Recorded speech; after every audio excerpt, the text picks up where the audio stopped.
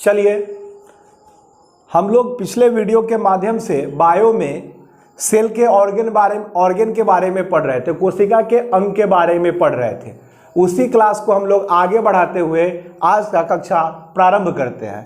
हमने आपको बताया था, याद होगा, कि सेल को अध्ययन की दृष्टिकोण से 3 पार्ट में बांटते हैं। बाहर वाला पार्ट जो होता है उसको कोशिका झिल्ली या प्लाज्मा मेम्ब्रेन के नाम से जानते हैं। उसके बीच वाला पार्ट जो होता है उसको हम लोग साइटोप्लाज्म के नाम से जानते हैं। और सबसे इंटरनल ऑर्गन जो होता है उसको हम लोग न्यूक्लियस के नाम से, केंद्रक के नाम से जानते हैं।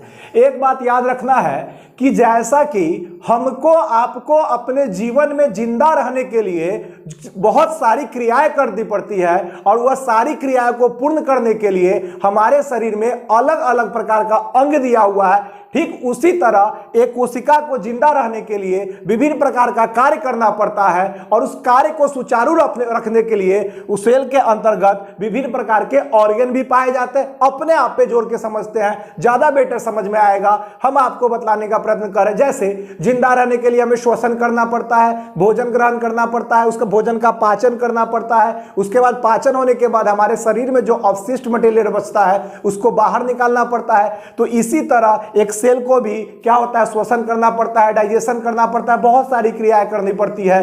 तो इस सारी क्रियाओं को करने के लिए सेल के पास जो भी ऑर्गन पाया जाएगा, मैक्सिमम ऑर्गन जो होगा वह आपको साइटोप्लाज्म या कोशिका द्रव में होगा।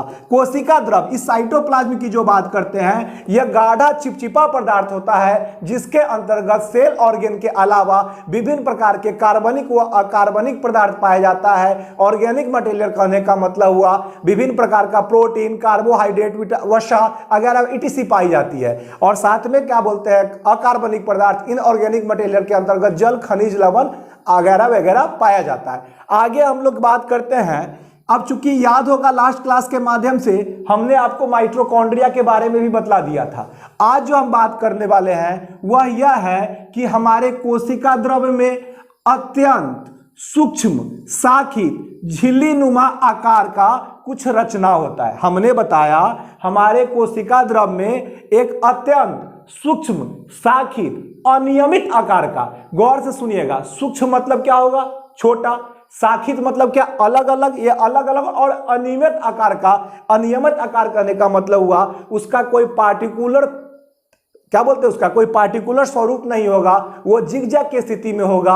उसको एक आकार में आप नहीं बतला सकते हैं, जैसे गोलाकार, बेलनाकार, आयताकार, वर्गाकार, किसी शेप में नहीं बता सकते हैं, वह अनियमित आकार का होता है। तो हमारे कोशिका द्रव में जो अत्यंत सूक्ष्म शाखित झिल्लीनुमा आकृति एक लटकती रहती है उसको हम लोग अंतःप्रदवी जालिका के नाम से जानते हैं।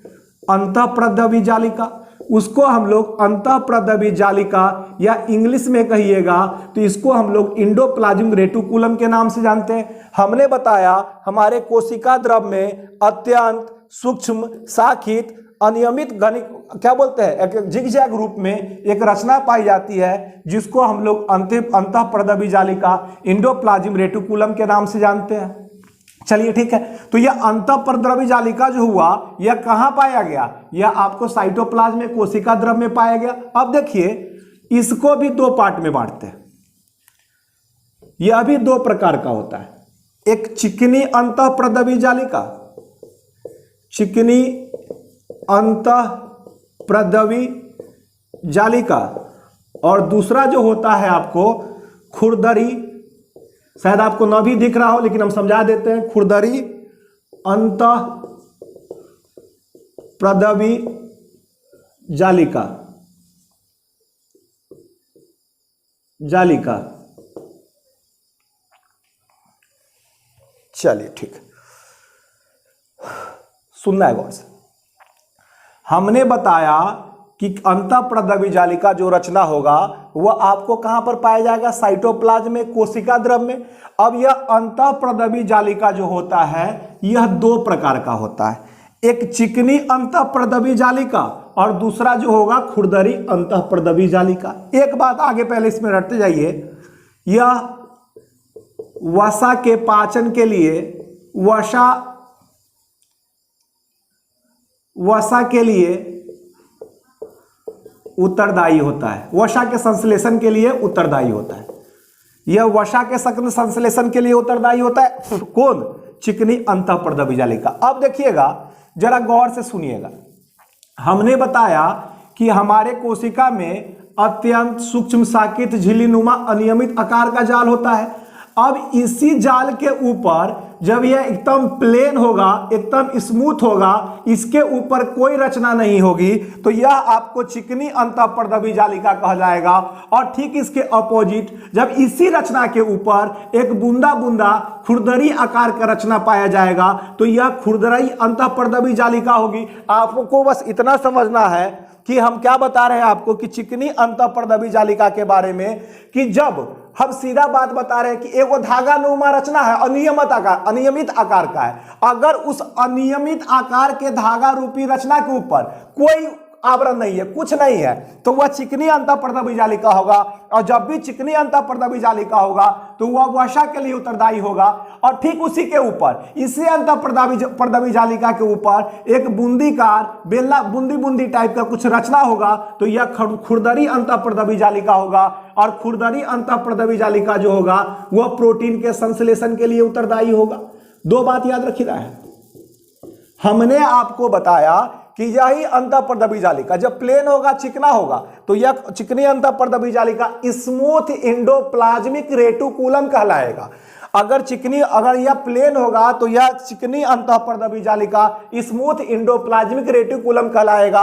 लेकिन जब इसी अंतःपर्दवी जालिका के ऊपर बूंदी के समान, बालू के कण के समान कुछ रचनाएं पाई जाएगी, तो यह खुरदरी अंतःपर्दवी जालिका कहलाएगा। और खुरदरी अंतःपर्दवी जालिका जो होगा प्रोटीन के संश्लेषण के लिए उत्तरदायी होगा। जरा एक मिनट समझिएगा। अब चिकनी समझते हैं, चिकनी मतलब क्या? चिकनाई।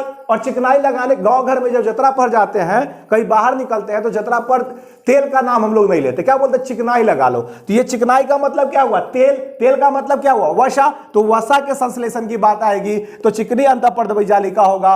और क्या बोलते हैं आपको? प्रोटीन के संश्लेषण के लिए बात होगी तो ये क्या हो जाएगा? खुरदरी अंतःपर्दवी जालिका। अब आगे बढ़ते हैं हम लोग। तो ये तो अंतःपर्दवी जालिका के बात हो गई। और अंतःपर्दवी जालिका में हम लोग खुरदरी इसको क्या बताए थे? अंतःपर्दवी जालिका के अंतर्गत हम लोग चिकनी के बारे में बात की है कि चिकनी क्या करेगा? स्मूथ वाला जो होगा वो वसा का संश्लेषण करेगा, और खुरदरी वाला जो होगा वह आपको क्या करेगा? किसका संश्लेषण करेगा? प्रोटीन का। अब देखिएगा, एक इसी तरह बूंदा का रचना होता है, इसको हम लोग राइबोसोम के नाम से जानते हैं। राइबोसोम के नाम से जानते हैं। इसके खोजकर्ता जो थे, खोजकर्ता उस व्यक्ति का नाम था जीई पैलेड। उस व्यक्ति का नाम था जीई पैलेड। और यह जो होता है सबसे छोटा कोशिकांग, सबसे छोटा कोशिकांग हम बोर्ड पर इसलिए लिख रहे हैं क्योंकि आप लोग जब भी वीडियो को देखिएगा तो ऐसा कोशिश करते हैं, ऐसा फील कराने का कि आप लोग को लगे कि क्लास में पढ़ाई हो रही है। अब देखिएगा, यह जो राइबोसोम होता है वह आरएनए प्लस प्रोटीन से मिलकर के बना होता है। प्रोटीन से मिलकर के बना होता है। सुनना है जरा गौर से। हमने बताया कि ये देखिए, ये भी ऑर्गन कहां पर है? कोशिका द्रव्य में हो। सारा ऑर्गन कहां पर होगा? कोशिका द्रव्य में होगा। हमने बताया आपको कोशिका द्रव्य में एक बूंदी बूंदी के समान बिखरी हुई रचनाएं पाई जाती है। वह रचना आपको क्या कहलाता है? राइबोसोम। और इस रचना को खोजने का जो काम किया उस व्यक्ति का नाम था जीई पैलेड। आपसे कभी कभी पूछता भी है कि जीई पैलेड किसका खोजकर्ता था या राइबोसोम का खोजकर्ता कौन था? तो राइबोसोम का जो खोजकर्ता हो जाएगा जीई पैलेड। अब देखिए, राइबोसोम के बारे में 2-3 को फैक्ट जान लीजिए, उसके बारे में इसके डेप्थ में जाते हैं। पहला कि यह जो राइबोसोम होता है वो आरएनए प्लस प्रोटीन से मिलकर बना। कभी कभी फ्लैटली ऐसे ही पूछ देता है कि राइबोसोम किसकी से मिलकर बना होता है, तो जो राइबोसोम होगा वह आरएनए प्लस प्रोटीन से मिलकर के बना होगा। अब देखना है, जरा एक बात जानिएगा, हमारे जंतु कोशिका में, हम सिर्फ जंतु कोशिका की बात कर रहे हैं, जंतु कोशिका में जो सबसे छोटा कोशिकांग होगा, सबसे बड़ा कोशिकांग का बात तो बाद में देखते हैं, लेकिन जंतु कोशिका में जो सबसे छोटा कोशिकांग होगा, मतलब सेल में जितने भी ऑर्गन है, हमने अभी तक आपको बताया माइटोकॉन्ड्रिया, इंडोप्लाज्मिक रेटिकुलम, आगे अभी वर्तमान में राइबोसोम चल रहा है, तो इसी तरह साइटोप्लाज्म में बिखरा हुआ जितना भी ऑर्गन है उसमें सबसे छोटा जो सेल का ऑर्गन है, सबसे छोटा कोशिकांग जो है वह राइबोसोम आपको होता है। अब जरा सुनिएगा, राइबोसोम यह क्या करता है कि प्रोटीन के फॉर्मेशन, प्रोटीन के संश्लेषण का जगह है, यह प्रोटीन का उत्पादन करता है। इसी कारण से राइबोसोम को हम लोग प्रोटीन के फैक्ट्री के नाम से जानते हैं। जरा सुनिए गौर से, एक चीज यह बात जान जाइएगा कि प्रोटीन के संश्लेषण करने का कार्य जो करेगा, प्रोटीन को तोड़ने का काम जो करेगा वह राइबोसोम करेगा। राइबोसोम क्या करेगा? प्रोटीन के संश्लेषण करने का काम करता है। इसी कारण से राइबोसोम को प्रोटीन के फैक्ट्री के नाम से हम लोग जानते हैं।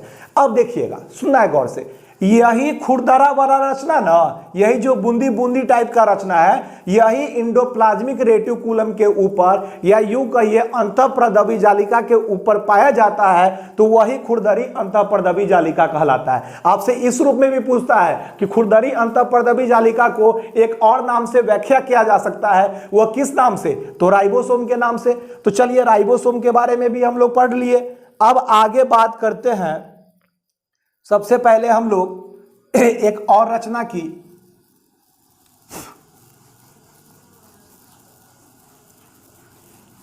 एक और रचना के बारे में हम लोग बात करें। यहां तो जान गए हम लोग कि राइबोसोम क्या है, प्रोटीन की फैक्ट्री है। खोजकर्ता कौन है? तो जीई पैलेट है। किससे मिलकर बना हुआ होता है? तो आरएनए प्लस प्रोटीन की। हम एक और रचना की बात करते हैं। अब ये सारे ऑर्गन की बात कर रहे हैं, तो साइटोप्लाज्म में एक गोलाकार, साइटोप्लाज्म में एक गोलाकार रचना पाया जाता है जो आपको क्या होता है? लाइसोसोम। हाँ देखिए, यह सिंगल लेयर, एक गोलाकार, एक परतीय, एक गोलाकार रचना पाया जाता है आपको लाइसोसोम में। इस रचना के अंदर में विभिन्न प्रकार के एंजाइम पाए जाते हैं। सुनिएगा गौर से, एकदम आसान है, यह आप लोग को, यह सबको पता है कि लाइसोसोम को आत्महत्या की थैली कहते हैं, यह सबको पता है, लेकिन यह बहुत कम लोगों को पता है कि यह पाचन का कार्य भी करता है, यह पाचन का कार्य भी करता है। और आपको भी पता है कि बीपीएससी में क्या होता है कि अब ई ऑप्शन देता है, एक से अधिक या ऊपर वाला बात होता है, तो आपको पूरा जानकारी होना चाहिए। पहले एक बार सुनिएगा कि हमारे कोशिका द्रव में एक गोलाकार, एक परतीय, एक रचना पाई जाती है, जिस रचना को हम लोग लाइसोसोम के नाम से जानते हैं।